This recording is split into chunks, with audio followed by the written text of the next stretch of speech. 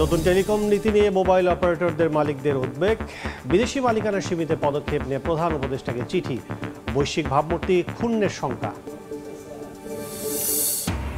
ট্রাম্পের আগ্রাসী শুল্ক আরোপে $2 থেকে $3 বিলিয়ন মার্কিন ক্রয়দের সারানোর শঙ্কা। প্রথম দিনে যুক্তরাষ্ট্রের সঙ্গে ব্যাপক পরিসরে আলোচনা, রাতে ফের বৈঠক।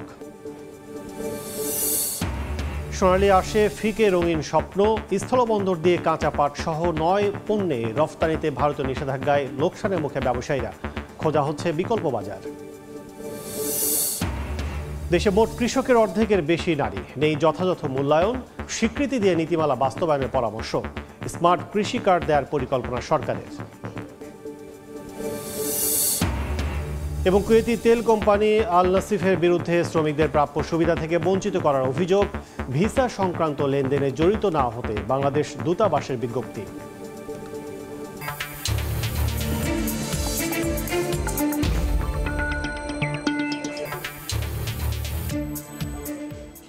দেখছিলেন শিরোনাম। আমন্ত্রণ জানাচ্ছি দেশ ও দেশের বাইরের অর্থ বাণিজ্যের নানা খবর নিয়ে আমাদের নিয়মিত আয়োজন এ সময়ের বাণিজ্যে। আপনাদের সঙ্গে আছি আমি কাজল আব্দুল্লাহ। ভারী বৃষ্টিপাত উজানের ঢলে ফেনীতে বাঁধ ভেঙে প্লাবিত হয়েছে 50টি গ্রাম। এদিকে পদ্মার প্রবল স্রোতে শরীয়তপুরের জাজিরায় ধসে পড়েছে কনস্ট্রাকশন ইয়ার্ড বাঁধ। এই মুহূর্তে ফেনীর ছাগলনাইয়া আছেন সহকর্মী আতিয়ার সজল এবং শরীয়তপুরে আছেন শফিকুজ্জামান রুবেল। সরাসরি প্রথমে যাচ্ছি সজলের কাছে। গত পরশু থেকে ফেনী মোহনা নদীর পানি যে বিপদসীমা অতিক্রম করেছে, আজ সকালে কিন্তু কিছুটা স্বস্তির খবর হচ্ছে, পানি বিপদসীমার নিচ দিয়ে প্রবাহিত হচ্ছে। তবে এরই মধ্যে এখানে প্রায় ফেনীর মুহুরী, কহু এবং সিলেট নদীর যে বন্যা নিয়ন্ত্রণ বাঁধ, সেই 122 কিলোমিটার বন্যা নিয়ন্ত্রণ বাঁধের প্রায় 30টির মতো স্থানে ভাঙনের সৃষ্টি হয়ে এখন পর্যন্ত আমরা সর্বশেষ তথ্যে প্রায় 50টির অধিক গ্রাম প্লাবিত হয়েছে। গতকাল পর্যন্ত যে ভাঙন ছিল সেই ভাঙনের পানি দিয়ে কিন্তু প্রায় 30টির মতো গ্রাম প্লাবিত হয়েছিল। আজ সন্ধ্যার পর থেকে এখন পর্যন্ত সেই পরশুরাম এবং ফুলগাজী থেকে ভাঙা অংশ দিয়ে পানি ঢুকে সেটি আস্তে আস্তে নিম্নাঞ্চল প্লাবিত করছে এবং সেই পানি এখন বর্তমানে আমরা রয়েছি ফেনী থেকে ছাগলনাইয়ার যে উপজেলার সাথে প্রধান যে সড়ক, সেই সড়কটির যে অবস্থা সেটা অনেকটা অনুপযোগী হয়ে পড়েছে। কোথাও কোথাও গাড়ি চলে, কোথাও কোথাও গাড়ি চলছে না, কোথাও গাড়ি বিকল হয়ে যাচ্ছে।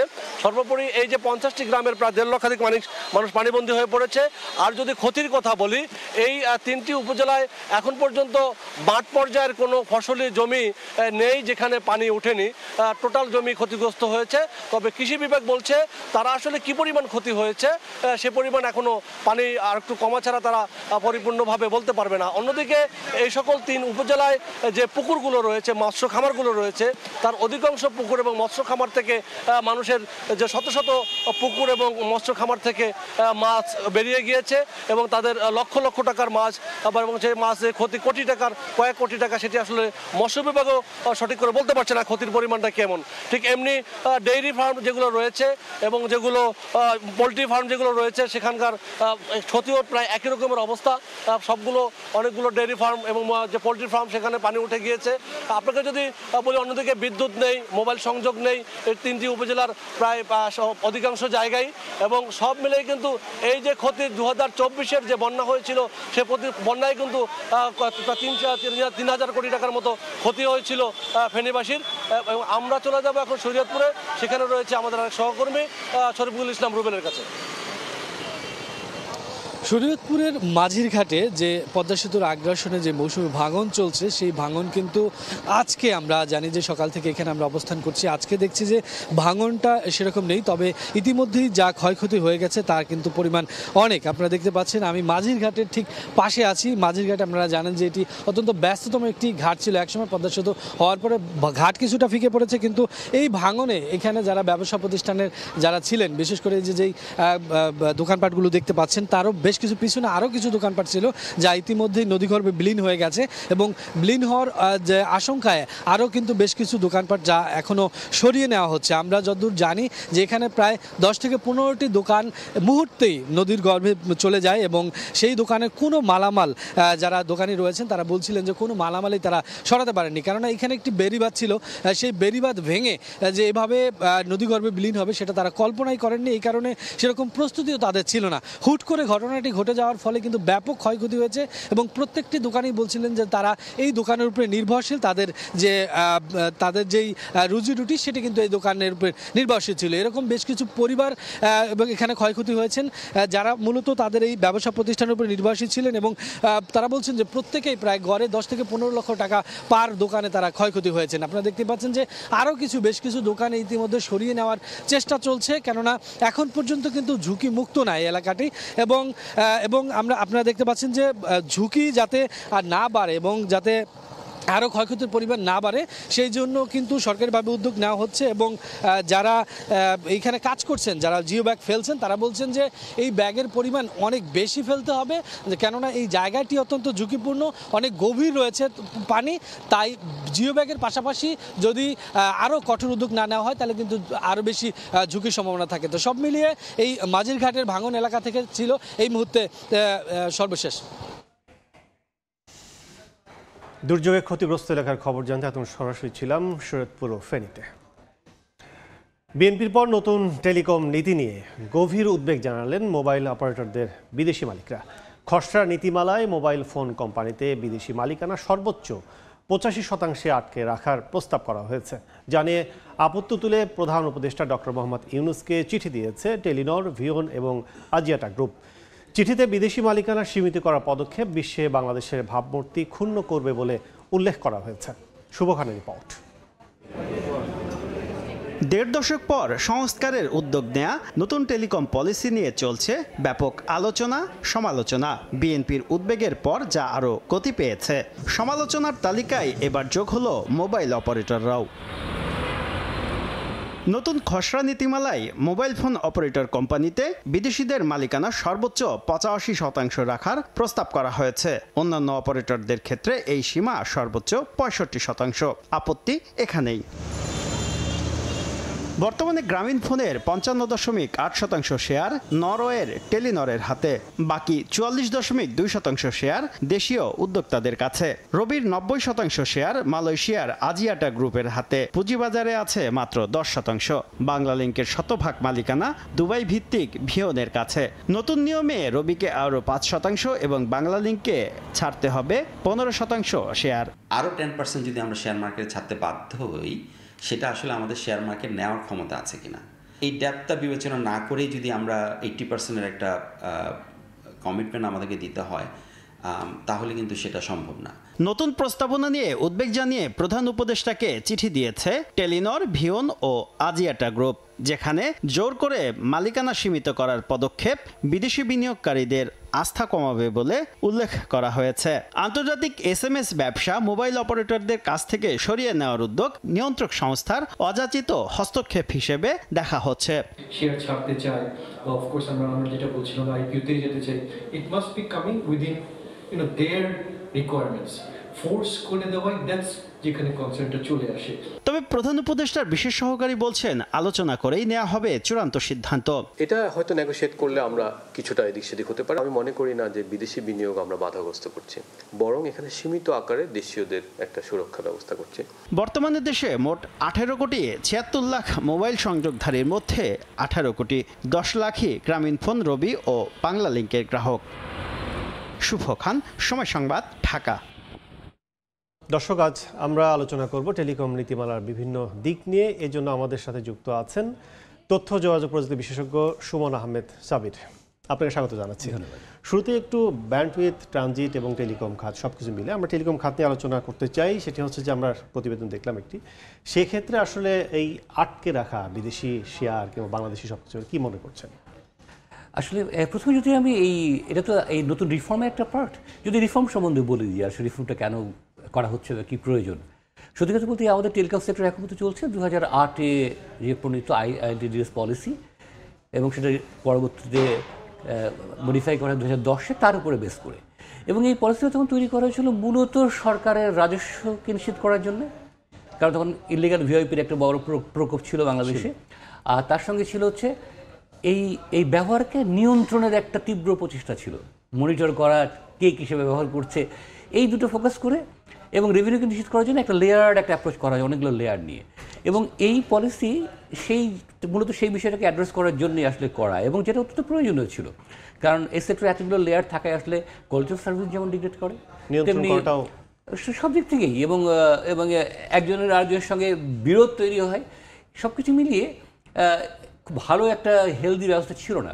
দ্বিতীয়ত আরেকটা বড় প্রবলেম ছিল এই পলিসির, যেটা এখন এই অ্যাড্রেস করা হয়েছে কিনা যাই না, সেটা হচ্ছে বিটিআরসিকে রেগুলেটরের বদলে একটা রেভিনিউ কালেক্টরের জায়গায় নিয়ে যাওয়া হয়েছে। প্রত্যেকটা লাইসেন্স ক্ষেত্রে রেভিনিউ শেয়ারিং এবং বিটিআরসির দায়িত্ব সেটা কালেক্ট করা, যেটা আসলে রেগুলেটরের মূল ভূমিকাকে আসলে গৌণ করে ফেলে। তো নতুন পলিসি এই জন্য আসলে খুব কাঙ্ক্ষিত ছিল যে এই পরিবর্তনগুলো, নতুন পলিসিতে যে লেয়ারগুলো কমিয়ে আনা হয়েছে এটা অত্যন্ত সাধুবাদের যোগ্য, যেটা হওয়া দরকার ছিল। প্রযুক্তিগত বিষয়গুলোকে অনেক বেশি লিবারাল করা হয়েছে। আগে এটা ছিল যে না, এই টেকনোলজি ব্যবহার করা যাবে না, এটা করা যাবে, সেটা করা যাবে না, অমক এই করবে, এই জায়গা থেকে অনেকটা শিথিল করা হয়েছে, যেটা খুব প্রয়োজনীয় ছিল এবং যেটা আসলে এই টেকনোলজি গ্রোথকে আসলে এনকারেজ করবে। এটা কতগুলো বিষয় যেটা আছে যে এই যে বিদেশি বিনিয়োগের কথা যখন আসলেন তখন বলি, আসলে বিদেশি বিনিয়োগ কোথায় দরকার কি দরকার না, এটা কিন্তু একটা পলিসিগত সিদ্ধান্ত হওয়া উচিত। দ্বিতীয়ত, কোন সেক্টরে আসলে আমরা বিদেশি বিনিয়োগ চাই? আমরা কি সব সেক্টরে বিদেশি বিনিয়োগ চাই? আমরা চাই না। তো টেলিকম সেক্টরে একসময় বিদেশি বিনিয়োগ প্রয়োজন ছিল, যখন আমাদের টেলিকম এই ইনফ্রাস্ট্রাকচার ডিপ্লয় করার মতো আমাদের দেশে কোনো প্রতিষ্ঠান ছিল না, সরকারিভাবেও সক্ষমতা ছিল না, প্রাইভেটলি এই সক্ষমতা ছিল না, নিউ ইন্ডাস্ট্রি হিসেবে যখন আমাদের। আজকের বাস্তবতা কিন্তু তা নয়। এবং আরও মজার ব্যাপার যে গত 5 থেকে 7 বছরে আমার ধারণা যে টেলিকম কোম্পানিগুলো তেমন কোনো ইনভেস্টমেন্ট বাংলাদেশে করেইনি, তারা এখান থেকে প্রফিট আর্ন করছে এবং চলে যাচ্ছে, যে কারণে টেলিকম সেবার মান কিন্তু গত 5-7 বছর অনেক কমে গেছে। তো সেক্ষেত্রে আরেকটা হচ্ছে যে টেলিকম কিন্তু একটা স্পর্শকাতর খাত। কত বছর আসলে আমরা টেলিকম সেবা খাত থেকে বিদেশিদের নিয়ন্ত্রণে আমরা রাখতে চাই? আমরা যদি পার্শ্ববর্তী দেশে তাকাই, তাদের কিন্তু একসময় 100% বিদেশি বিনিয়োগ ছিল, কিন্তু সেটা কমে এখন কিন্তু 100% ভারতীয় মালিকানাধীন তাদের টেলিকম ইন্ডাস্ট্রি। তো আমাদের ক্ষেত্রে এটা সরকারকে চিন্তা করতে হবে তাদের ভিশনটা আসলে কী। তারা কি টেলিকম সেক্টরকে আগাগোড়াই সবসময় বিদেশি দূরে রেখে দিতে চায়, না একটা সময় তারা চায় যে না, বাংলাদেশের নিয়ন্ত্রণে এই টেলিকম সেবা খাতটা আসুক? সেক্ষেত্রে বিদেশি বিনিয়োগকে একটা পর্যায়ে রেস্ট্রিক্ট করতে হবে, যদি সেটাই আমাদের লক্ষ্য হয়ে থাকে। এবং এক্ষেত্রে আমি তো মনে করি যে আরও একটা রোড ম্যাপ থাকা উচিত। তাহলে 85 যেটা বলা হচ্ছে যে এখানে আটকে রাখা, এইটাও কি আসলে না থাকাটা? আমি মনে করি যে আজকে 85 হবে না, 90 হবে না, 65 হবে, এই বিষয়টা হচ্ছে একটা বড় গুরুত্বপূর্ণ সরকারের একটা পরিকল্পনা, যে আমি 10 বছর পর আমরা আসলে কোথায় দেখতে চাই, যে বিদেশি বিনিয়োগ কত পার্সেন্ট আমরা রাখবো। তাহলে এই কোম্পানিগুলো সুযোগ পায় যে একটা সময়ের পরে তাদেরকে আসলে হয় উইন্ড অফ করতে হবে অথবা ডাইভার্স করতে হবে, আরও বেশি বিনিয়োগ করে দেশীয় বিনিয়োগের এনকারেজ করে তাদের পার্সেন্টে কমিয়ে আনতে হবে, তারা প্ল্যান করতে পারবে। কাজেই এই জিনিসটা হওয়া উচিত দীর্ঘমেয়াদী পরিকল্পনার অংশ, সেই জায়গাটা আমার অ্যাড্রেস করা উচিত। তবে এই 85 না 90 এই বিতর্কে যাওয়া চাইতে আমার কাছে মনে হয় সেটা বরং অনেক বেশি গুরুত্বপূর্ণ। বিটিআরসির আসলে ভূমিকা কি দেখছেন, কি অবস্থা? না, বিটিআরসি রেগুলেটর এবং তারা তাদের দায়িত্ব পালন করছে এই সেবাকে নিয়ন্ত্রণ করার জন্য। আমি যেটা বলছিলাম যে বিটিআরসিকে দুটো জিনিস প্রযোজ্য। বিটিআরসিকে আগের পলিসিতে বিদেশির ক্ষমতাকে আসলে খুব সীমিত করে ফেলা হয়েছে।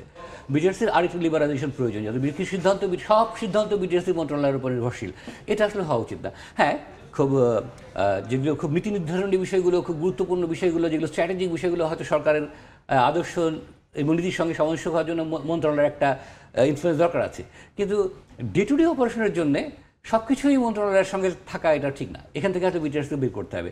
আর দ্বিতীয়ত, প্রথমে যেটা বললাম যে বিটিআরসি হয়ে গেছে একটা রেভিনিউ কালেক্টর, সেখান থেকে বেরিয়ে আসতে হবে। এই পলিসির ভিতরে তার কিন্তু কোনো দিক নির্দেশনা আমরা এখনো পর্যন্ত পাইনি। আমি জানি না, হয়তো গাইডলাইনটা সলভ করা হতে পারে। BTRC should not be the revenue collector, তার জন্য আলাদা বডি আছে সরকারের, সেটা এনবিআর হোক বা অন্য যে কেউ দায়িত্ব পালন করতে পারে, বা যারা রিলেভেন্ট তারা পালন করবে। কিন্তু বিটিআরসি দেখবে দেশের মানুষের সেবার মান বাড়ানো তাদের দায়িত্ব, যারা ব্যবসা করছে তারা যেন সুস্থভাবে ব্যবসা করতে পারে, সুস্থ প্রযুক্তির মাধ্যমে ব্যবসা করতে পারবে, সেটা নিশ্চিত করবে, এবং আমাদের দেশের মানুষের প্রযুক্তি সেবার বেনিফিটটা হবে। এটা বিটিআরসির লক্ষ্য হওয়া উচিত, রেভিনিউ কালেক্টর কখনই তাদের লক্ষ্য হওয়া উচিত না। আমরা একটু সেবার ক্ষেত্রে আসতে চাই, অপারেটরগুলো কীভাবে সেবা দিচ্ছে। সেক্ষেত্রে আমরা শহরে মোটামুটি একটা সার্কেলের মধ্যে আছি, কিন্তু গ্রামগঞ্জে এখনও নেটওয়ার্কের সমস্যা আছে। অনেক জায়গায় টাওয়ার নেই, টাওয়ার থেকে অনেক দূরত্বে অবস্থান করছে। সীমান্ত এলাকাও বলা যায় সবচেয়ে বেশি সংকট, উপকূলীয় এলাকায় এখনও সংকট আছে। এইটা আসলে কি মেকানিজম করতে পারে আমার যেটা মনে হচ্ছে, বললাম না, গত 5-7 বছরে টেলিকম সেক্টরে খুব বেশি ইনভেস্টমেন্ট হয়নি বাংলাদেশে, এবং টেলিকম গ্রোথ হয়েছে, ইউজার বেড়েছে, যে কারণে আগে হয়তো যে উপজেলায় খুব ভালো সেবা পাওয়া যেত, এখন ইউজার ব্যবহারের কারণে সেই সেবা পাওয়া যাচ্ছে না, কারণ সেই পরিমাণ সেলস সাইড তারা বাড়ায়নি। আমরা টেকনোলজি চেঞ্জ হয়েছে, 2G থেকে 3G, 3G থেকে 4G, এখন আমরা বলছি 5Gর কথা। আপনি যখনই এই হায়ার ইয়েতে যাবেন, তখনই আসলে আপনার কোয়ালিটি সার্ভিস যেমন ভালো হয়, তেমনি নাম্বার অফ সেল সাইট কিন্তু অনেক বাড়াতে হয়। সেই জায়গাটাতে আমাদের দেশের ব্যবহারকারীর তুলনায় সেল সাইটের সংখ্যাটা আসলে কম, সীমিত, এখন এটা বিভিন্নজন বিভিন্ন বিষয়কে দায়ী করবেন, কিন্তু ইভেনচুয়ালি এটা হয়নি, যেটা না হওয়ার কারণে এই এই সেবার মানটা কমে গেছে। আরেকটা জায়গা হচ্ছে 4G 5Gর জন্য যে ফাইবারাইজেশন দরকার ছিল সেই সাইটগুলোতে, সেগুলো সেভাবে করা হয়নি। এবং এই উদ্যোগটা আসলে যে অপারেটর তাকে নিতে হবে যে আমি চাই এটা, তো সেটা যখন করা হবে তখন কিন্তু সেবার মানটা আসলে বাড়বে। সেই জায়গাটা নিশ্চিত করার জন্য আসলে ইনভেস্টমেন্ট প্রয়োজন, যে জায়গাটা আসলে সেটা ফরেন ইনভেস্টমেন্ট হোক বা দেশীয় ইনভেস্টমেন্ট হোক, সরকারকে নিশ্চিত করতে হবে যে এই যারা সার্ভিস দেবে যে অপারেটররা তাদেরকে এই সেবাটা প্রত্যন্ত অঞ্চলে কিংবা শহরের প্রত্যেকটা জায়গায় আধুনিক সেবা নিশ্চিত করতে হবে, এবং সেটাই রেগুলেটরের দায়িত্ব সেটাকে নিশ্চিত করার, সেদিকে ফোকাস করতে হবে আমাদের। সেক্ষেত্রে আপনি যেটা বলছেন 4G চূড়ান্তভাবে সেই আমরা পাইনি, সেটা আসলে কি গ্রাহকের সাথে তখন কি প্রতারণার সামিল হয়ে যাচ্ছে কিনা, কিংবা ভোগান্তি যে তৈরি হচ্ছে সেটা আসলে কতটুকু নিশ্চিত করা দরকার? এটা আসলে প্রতারণা বলবো কিনা আমি জানি না, এটা সব কিছু ডিপেন্ড করে দুটো বিষয়। একটা হচ্ছে যে কোম্পানিগুলো সে বলছে তারা কি আদৌ ব্যবসা করছে কিনা, যে তারা ব্যবসা করে তাদের যদি ইনকাম থাকে তাহলে তাদের অবশ্যই সব প্রফিট ঘরে না নিয়ে একটা রিইনভেস্ট করা উচিত, যাতে গ্রাহকরা আরও বেটার সেবা পায়, নতুন প্রযুক্তিতে যেতে পারেন। আর তা যদি না পারেন তাহলে তো আসলে সেই কোম্পানির আসলে সেবা না দেওয়াই ভালো, যে আমি আসলে গ্রাহককে সেবা দিতে পারছি না, গ্রাহকের নিডকে আমি ফুলফিল করতে পারছি না। তো এটা অত শক্ত শব্দ আমি ব্যবহার করবো না, তবে আমার কাছে মনে হয় যে এখানে অবহেলা নিশ্চিতরূপে আছে, যে এই দিকে ফোকাস করা হয় না, যে আমাদের সেবার মান বাড়াটা অনেক বেশি গুরুত্বপূর্ণ। আমরা দেখছি যে ডাটা ব্যবহার হচ্ছে এখন বলা চলে যে ব্রডব্যান্ডে চলে যাচ্ছে বেশি, সেক্ষেত্রে এখানেও সেবার কিছুটা ঘাটতির কথা বলা হচ্ছে, যে গ্রাহক পর্যায়ে থেকে বলা হচ্ছে, এই জায়গায় আসলে কী ম্যানেজ করতে পারে? এখানে ব্রডব্যান্ড সেবা ডেফিনেটলি মোবাইল ডাটা চাইতে আসলে বেটার, কোনো সন্দেহ নেই, প্রযুক্তিগতভাবে এটা আসলে অনেক ভালো, কিন্তু ব্রডব্যান্ড সেবার ক্ষেত্রে আমাদের সুযোগ আছে, যে সেবার মানটা কাঙ্ক্ষিত জায়গায় পৌঁছেনি। আমার প্রত্যাশা ছিল এই পলিসির ভিতরে সেই ব্যাপারে কিছু দিক নির্দেশনা থাকবে, যে ভবিষ্যতে বাংলাদেশের ব্রডব্যান্ড সেবাটা কেমন হবে। এখানে বলা আছে লোকাল এন্টারপ্রেনারদেরকে এনকারেজ করা হবে, কিন্তু কীভাবে বলা নেই, এভাবে কোনো টাইমলাইন দেওয়া নেই, কোনো নির্দেশনা দেওয়া নেই যে হ্যাঁ আমি আগামী 5 বছরের ভিতরে দেশের প্রত্যেকটা মেট্রোপলিটন সিটিতে বা প্রত্যেকটা জেলা শহরে আমি আন্ডারগ্রাউন্ড ফাইবার দিয়ে ব্রডব্যান্ড সেবা দেখতে চাই, এবং সেটা বাস্তবায়ন করবে কি সে ব্যাপারে একটা নির্দেশনা। এই জিনিসগুলো আসলে পলিসির ক্ষেত্রে মিসিং। পলিসির ক্ষেত্রে লাইসেন্সিং জিনিসটাকে সস্তা করা হয়েছে, কিছু প্রযুক্তিগত লিবারেশন করা হয়েছে, কিন্তু আমাদের সাধারণ মানুষের যে চাহিদা যে জায়গাগুলো সেগুলোর ব্যাপারে আরেকটু পরিষ্কার এবং একটা লং টার্ম একটা দৃষ্টিভঙ্গি এখানে প্রত্যাশিত ছিল, যেটা এখন পর্যন্ত মিসিং। এখনও সময় আছে, এখন যেহেতু কারেকশন চলছে, আমার বিশ্বাস যারা পলিসি নিয়ে কাজ করছেন এখন তারা এই বিষয়টাকে নজর দেবেন এবং এই বিষয়গুলোকে অ্যাড্রেস করবেন। অনেক ধন্যবাদ আমাদের সাথে আলোচনা যুক্ত হওয়ার জন্য। ধন্যবাদ। দর্শক, আলোচনা করছেন টেলিকম খাত নিয়ে। আমাদের সাথে স্টুডিওতে এসে যুক্ত হয়ে আলোচনায় অংশ নিয়েছেন আইসিটি বিশেষজ্ঞ সুমন আহমেদ সাবির। পারস্পরিক শুল্ক নিয়ে যুক্তরাষ্ট্রের সঙ্গে বাংলাদেশের 3 দিনের আলোচনার প্রথম দিনের বৈঠক শেষ হয়েছে।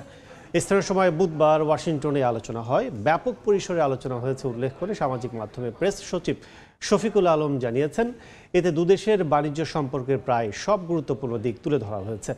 আলোচনায় বাংলাদেশ প্রতিনিধি দলের নেতৃত্ব দেন বাণিজ্য উপদেষ্টা শেখ বশির উদ্দিন।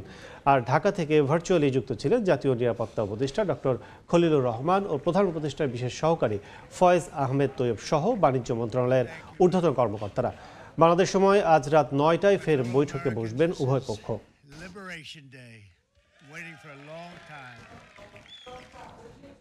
ট্রাম্পের আগ্রাসী শুল্ক রোপে $2 থেকে $3 বিলিয়ন মার্কিন ক্রয়দের সারানোর শঙ্কা করছেন তৈরি পোশাক শিল্পের উদ্যোক্তারা। স্বল্পমেয়াদী বিকল্প কোনো বাজারের সন্ধানও নেই তাদের কাছে। এই অবস্থায় যুক্তরাষ্ট্র সহ অন্য দেশ থেকে দ্বিপাক্ষিক বাণিজ্য সুবিধা আদায়ে অর্থনৈতিক কূটনীতি শক্তিশালী করার পরামর্শ অর্থনীতিবিদদের। আমেরিকা যে ট্যারিফটা ইম্পোজ করলো, এটাতে আমাদের ইন্ডাস্ট্রি ক্ষতিগ্রস্ত হবে। মার্কিন যুক্তরাষ্ট্র যে পদ্ধতি নিচ্ছেন এটা WTO যে সংস্থা যে আইনকানুন আছে সেটার পরিপন্থী। ইউরোপীয় ইউনিয়নের পর বাংলাদেশের দ্বিতীয় শীর্ষ রপ্তানি গন্তব্য যুক্তরাষ্ট্র। দেশটির চাহিদা মেটাতে গেল বছর $840 কোটি পণ্য রপ্তানি করেছে বাংলাদেশ। বছর ব্যবধানে যা বেড়েছে 1.1%। মার্কিন বাণিজ্য প্রতিনিধি দপ্তর USTR এর তথ্য, 2024 সালে যুক্তরাষ্ট্রে 10.6% শুল্ক দিয়ে $477 কোটি 51 লাখ ওভেন আর 12% শুল্ক দিয়ে $262 কোটি 45 লাখ নিট পোশাক রপ্তানি করেছে বাংলাদেশ। একই সময়ে বাংলাদেশ থেকে 5.2% শুল্কে $34 কোটি 17 লাখ ক্যাপ, 15.5% শুল্ক দিয়ে $25 কোটি 19 লাখ ফুটওয়্যার রপ্তানি হয়েছে মার্কিন বাজারে। এই বাজারেই আগামী 1 আগস্ট থেকে বাংলাদেশি পণ্য রপ্তানিতে বিদ্যমান শুল্কের সঙ্গে আরও 35% যোগ করার ঘোষণা দিয়েছেন মার্কিন প্রেসিডেন্ট। এই শুল্ক আরোপে আলোচনায় থাকা $2 থেকে $3 বিলিয়ন মার্কিন ক্রয়াদেশ বাংলাদেশে না আসার শঙ্কা করছেন তৈরি পোশাক শিল্প মালিকরা।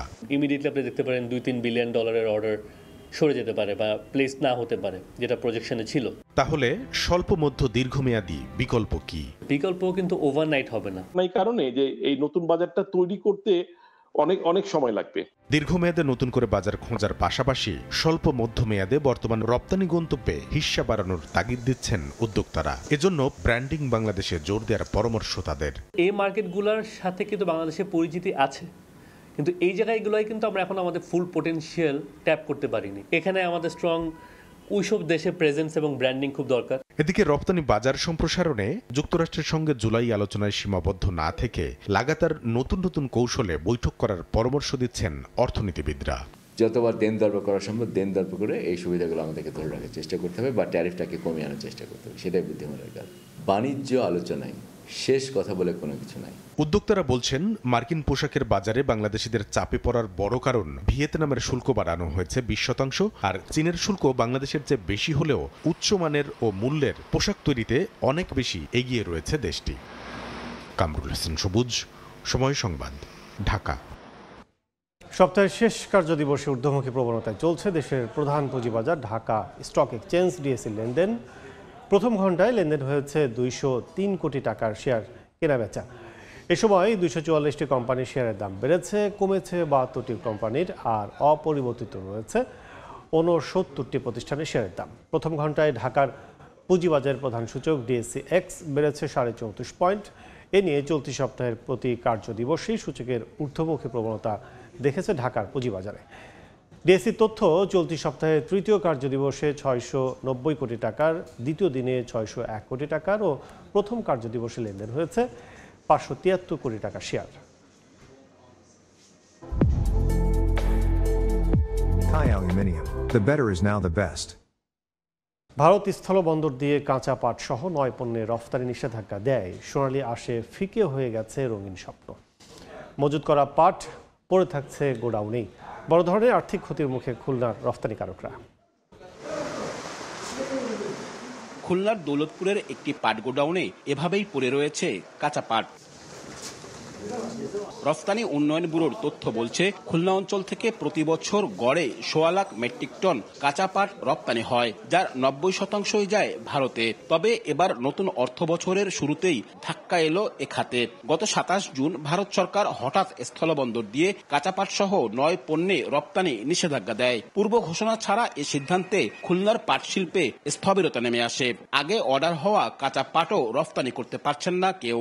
এক্ষেত্রে আমাদের সরকারকে অতি সত্বর উদ্যোগ নিতে হবে এবং তাদের সাথে সমন্বয় করতে হবে যে এটাকে আমরা কিভাবে রপ্তানি করতে পারি। রপ্তানি বন্ধ হয়ে যাওয়ায় কাজ হারানোর শঙ্কায় এ অঞ্চলের 20টি রপ্তানিকারক প্রতিষ্ঠানের প্রায় 5000 শ্রমিক। কোনো মালিকে পাট কিনতেছে না, কোনো শিপমেন্ট নাই। সমাধান না হলে তো আমাদের তো রুটি রুজি সব বন্ধ হয়ে যাবে। কূটনৈতিকভাবে সমস্যা সমাধানের পাশাপাশি কাঁচা পাটের নতুন বাজার খুঁজতে কাজ করছে বলে জানায় রপ্তানি উন্নয়ন ব্যুরো। নিষেধাজ্ঞা দিয়ে হয়তোবা আমাদের সাময়িক একটা কিছুটা স্থবিরতা তৈরি হয়েছে বলে মনে হচ্ছে, কিন্তু আমরা মনে করি যে বিষয়টা আমরা খুব দ্রুতই কাটিয়ে উঠতে পারবো। আইন প্রয়োগের মাধ্যমে 19 ধরনের মোড়কে পাট পণ্যের ব্যবহার বাধ্যতামূলক করা গেলে দেশেই পাটের চাহিদা বাড়বে দ্বিগুণের বেশি। এতে একদিকে রপ্তানি নির্ভরতা কমবে, চাঙা হবে আঞ্চলিক অর্থনীতি, অন্যদিকে প্লাস্টিকের ক্ষতিকর প্রভাবও কমে আসবে। তাই সংকট সমাধানে দ্রুত পদক্ষেপ নেওয়ার দাবি সংশ্লিষ্ট সব মহলের। আব্দুল্লাহ আল মামুন রুবেল, সময় সংবাদ, খুলনা।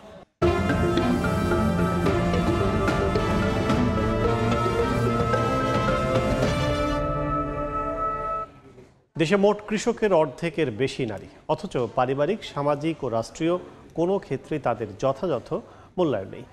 বিশেষজ্ঞরা বলছেন নারীদের নারী কৃষক হিসেবে স্বীকৃতি দিয়ে সরকারি নীতিমালাকে মাঠ পর্যায়ে বাস্তবায়ন করা উচিত। কৃষি সম্প্রসারণ অধিদপ্তর বলছে জিডিপিতে নারীদের অংশগ্রহণ অন্তর্ভুক্ত করা সহ স্মার্ট কৃষি কার্ড দেওয়ার পরিকল্পনা করছে সরকার। আব্দুল লতিফের ছবিতে আবু সাইদ নিশানের রিপোর্ট।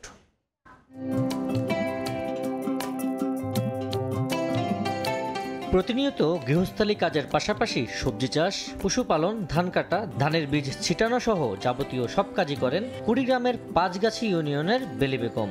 ১.৫ যুগেরও বেশি সময় ধরে কৃষি নির্ভর এসব কাজ করছেন তিনি।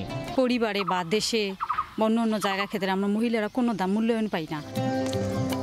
কুড়িগ্রামের বিস্তীর্ণ কৃষি জমিতে প্রতিদিন সকাল থেকে সন্ধ্যা পর্যন্ত কাজ করছেন হাজারো নারী কৃষক। এর ওপর জলবায়ু পরিবর্তনের প্রভাবেও পড়ছে তাদের দুর্ভোগ। কখনো অনাবৃষ্টি, আবার কখনো বন্যায় নষ্ট হচ্ছে ফসল, কিন্তু অনেকের বীমা বা বিকল্প আয়ের সুযোগ নেই। পুরুষের ধান কাটতে চাইছে, আমরা চাইছে ১২০০ টাকা, আমাকে ১৫০ টাকা দিছে। সরকার থেকে আমাদেরকে বীজ দেখ, আমরা এই দিয়ে ফলনটা আরো বেশি করতে পারি, কিন্তু আমরা তো পাই না। নারীরা শুধু কৃষকই নন, তারা ভবিষ্যতের খাদ্য নিরাপত্তার অন্যতম ভিত্তি। এখন শুধু তাদের প্রয়োজন ন্যায্য মজুরি, প্রাপ্ত সম্মান, কাজের স্বীকৃতি, পাশাপাশি জলবায়ু সহনশীল টেকসই সহায়তা। নারী কৃষকের অবস্থার উন্নতি করতে হলে সরকারের নীতিমালাকে মাঠ পর্যায়ে বাস্তবায়ন করা জরুরি বলে অভিমত বিশেষজ্ঞদের। যারা অগ্রাধিকার পাওয়ার কথা, যারা আসলে চিহ্নিত হওয়ার কথা, যে নারীদের কথা আমরা বলছি, সেই নারীরা কৃষক হিসেবে এখানে অন্তর্ভুক্তি হওয়াটা গুরুত্বপূর্ণ। গভর্নমেন্টের যারা দায়িত্বপ্রাপ্ত আছেন, আমাদের নারী কৃষকদেরকে এগিয়ে আনতে হবে, তাদেরকে সুযোগ সৃষ্টি করতে হবে। কৃষিখাত বিশেষজ্ঞদের মতে নারী কৃষকের সমস্যা সমাধানে সবচেয়ে জরুরি তাদের সেন্ট্রাল ডেটাবেস তৈরি করা। সেন্ট্রাল ডেটাবেসটা আমরা যদি এনশিওর করতে পারি, তাহলে আমাদের যে কৃষিখাতে কৃষকরা যে চ্যালেঞ্জের মোকাবেলাগুলি করতেছেন, সেই চ্যালেঞ্জগুলো আমাদের জন্য মোকাবেলা করা কিন্তু সহজ হয়ে যাবে। কৃষিতে বর্গা দেয়া নারীদের আর্থিক সহায়তার পাশাপাশি জিডিপিতে তাদের অবদান অন্তর্ভুক্তির উদ্যোগ নিয়েছে সরকার। স্মার্ট কৃষিকার্ডটা আরও স্মার্ট হবে এবং এখানে আরও স্পেসিফিক হবে এবং আরও এই সেবার যে পরিসর বা স্কোপ আরও বৃদ্ধি পাবে। কৃষি প্রধান বাংলাদেশে নারী কৃষকদের নিয়ে এখনই যথাযথ কর্মপরিকল্পনার পরামর্শ সংশ্লিষ্টদের। আবু সাইদ নিশান, সময় সংবাদ, কুড়িগ্রাম। দেশের দুগ্ধ খাতের টেকসই সমুদায় নিশ্চিতে যাত্রা শুরু করলো ডেইরি ভ্যালু চেইন ফোরাম। ফোরামটির লক্ষ্য দুগ্ধ খামারি পরিবারে আর্থিক স্থিতিশীলতা বাড়ানোর পাশাপাশি বেসরকারি খাতভিত্তিক একটি টেকসই ও পরিবেশ বান্ধব অবকাঠামো তৈরি করা। এটি ডানিডা গ্রিন বিজনেস পার্টনারশিপের অর্থায়নে 5 বছর মেয়াদী প্রকল্প গ্রিন ডেইরি পার্টনারশিপ ইন বাংলাদেশের একটি উদ্যোগ।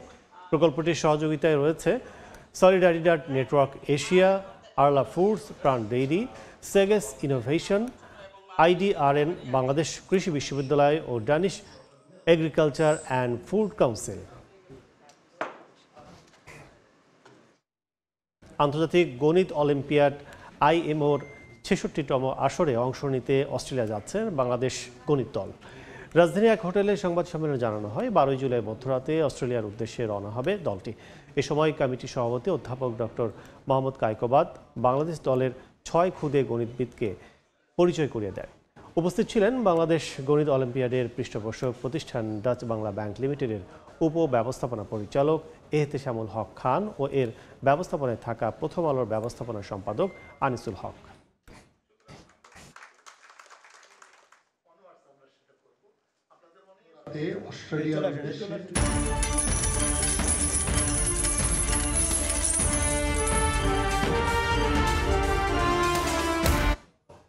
চাহিদা বাড়ায় ঊর্ধ্বমুখী ক্রিপ্টোকারেন্সির দাম। বুধবার সর্বোচ্চ পর্যায়ে দাম বেড়ে দাঁড়ায় $1,12,000।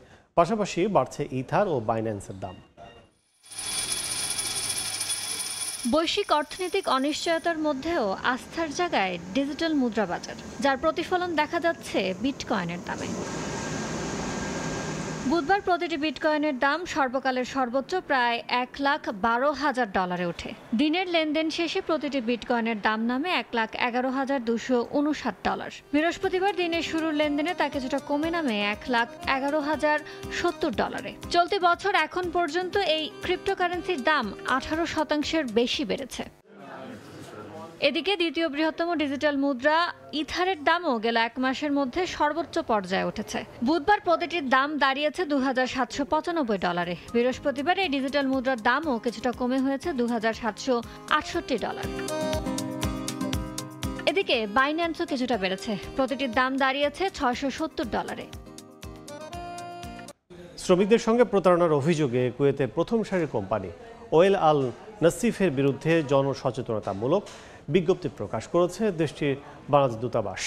সম্প্রতি প্রবাসী বাংলাদেশি শ্রমিকদের সঙ্গে চুক্তিভঙ্গ, অবৈধভাবে টাকা আদায় এবং হঠাৎ করে ছাঁটাইয়ের অভিযোগ যায় বাংলাদেশ দূতাবাসে। অভিযোগে বলা হয় 3 বছরের চুক্তি থাকলেও 1 বছরের মধ্যেই সে চুক্তি শেষ করে নতুন কাজে বদলির সময় কোম্পানি প্রত্যেকের কাছ থেকে আদায় করে 360 কুয়েতি দিনার। 830 জন বাংলাদেশি কর্মীকে ছাঁটাই করে তাদের জায়গায় ভিসা দিয়ে নতুন কর্মী নিয়োগের চেষ্টা চালায় ওয়েল আল নাসিব। এছাড়া 150 জনের রেসিডেন্সি বাতিল করে তাদেরকে জোরপূর্বক বাংলাদেশে ফেরত পাঠানোর উদ্যোগ নেওয়া হয়। এ পর্যায়ে শীর্ষ সংবাদগুলো জানিয়ে দিচ্ছে আরেকবার। নতুন টেলিকম নীতি নিয়ে মোবাইল অপারেটর মালিকদের উদ্বেগ, বিদেশি মালিকানা সীমিতের পদক্ষেপ নিয়ে প্রধান উপদেষ্টাকে চিঠি, বৈশ্বিক ভাবমূর্তি ক্ষুণ্ণের শঙ্কা। ট্রাম্পের আগ্রাসী শুল্ক আরোপে 2 থেকে 3 বিলিয়ন ডলারের মার্কিন ক্রয়াদেশ হারানোর শঙ্কা। প্রথম দিনে যুক্তরাষ্ট্রের সঙ্গে ব্যাপক পরিসরে আলোচনা, রাতে ফের বৈঠক। এবং সোনালী আসে ফিকে রঙিন স্বপ্ন, স্থলবন্দর দিয়ে কাঁচা পাট সহ 9 পণ্যের রপ্তানিতে ভারতের নিষেধাজ্ঞায় লোকসানের মুখে ব্যবসায়ীরা, খোঁজা হচ্ছে বিকল্প বাজার।